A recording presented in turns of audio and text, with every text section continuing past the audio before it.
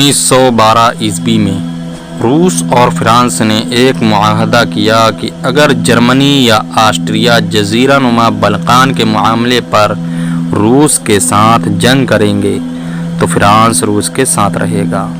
فرانسیسی امداد کی یقین دہانی پر روس نے جزیرہ نما بلقان میں بلا روک ٹوک مداخلت شروع کر دی۔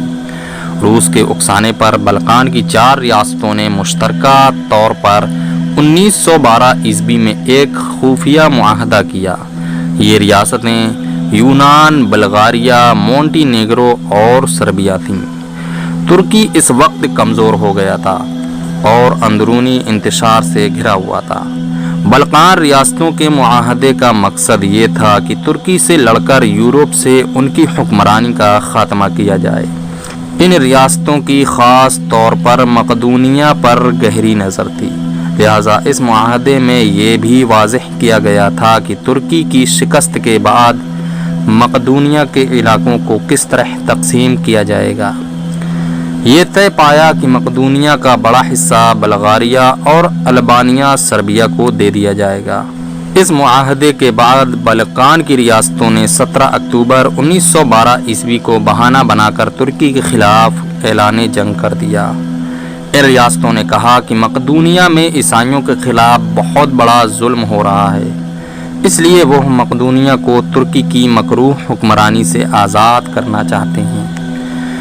اس نے ترکی سے کہا کہ وہ مقدونیہ کی اصلاح کرے، لیکن جب ترکی نے انکار کر دیا تو جنگ شروع ہو گئی۔ ترک فوج کو بری طرح شکست ہوئی اور بلقان کی ریاستوں کو بے مثال کامیابی ملی۔ مونٹی نیگرو اور سربیا کی فوجوں نے البانیہ پر قبضہ کر لیا۔ یونان افواج نے ترکوں سے ایڈریانوپل کا مشہور قلعہ چھین لیا۔ بلغاریہ کی فوج تہریس پر حملہ کر رہی ہے۔ بڑی عثمانی فوج قسطنطنیہ کو فتح کر رہی ہے۔ بہت قریب پہنچ گیا۔ اس وقت ترکی کے سامنے ایک ہی راستہ تھا۔ دوسری طرف یورپ کی دوسری ریاستیں ترکی کی حالت سے پریشان ہو رہی تھیں۔ اس نے مداخلت کی اور ترکی اور بلقان ریاستوں کے درمیان ایک عارضی معاہدہ کرایا۔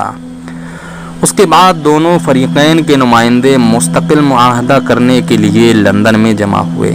بلقان ریاستوں کے معاہدے کی شرائط ترکی کے لیے بہت مہنگی تھیں۔ ان کو قبول کرنے سے ترکی کا یورپ میں وجود ہی ختم ہو جاتا۔ اس پر ترون ترک پارٹی کی قیادت میں ترکوں نے دوبارہ جنگ شروع کر دی، لیکن اس بار بھی ترکوں کو شکست کا سامنا کرنا پڑا اور وہ اپنے 3 اور بڑے قلعے کو کھو بیٹھے۔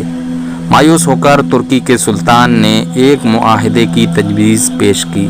ایک بار پھر دونوں فریقین کے نمائندے 1913 میں ایک معاہدہ کرنے کے لیے لندن میں جمع ہوئے۔ 30 مئی 1913 کو معاہدہ لندن پر دستخط ہوا، جس کے ذریعے پہلی بلقان جنگ کا خاتمہ ہوا۔ ترکی کو کریٹ اور دیگر یورپی علاقوں سے چھین لیا گیا اور سلطنت عثمانیہ قسطنطنیہ اور اس کے گرد نواح کے کچھ حصوں تک محدود رہی، لیکن بلقان کی ریاستوں کے درمیان ان علاقوں کی تقسیم کے بارے میں اختلاف تھا، جو اس طرح ضم ہو گئے تھے۔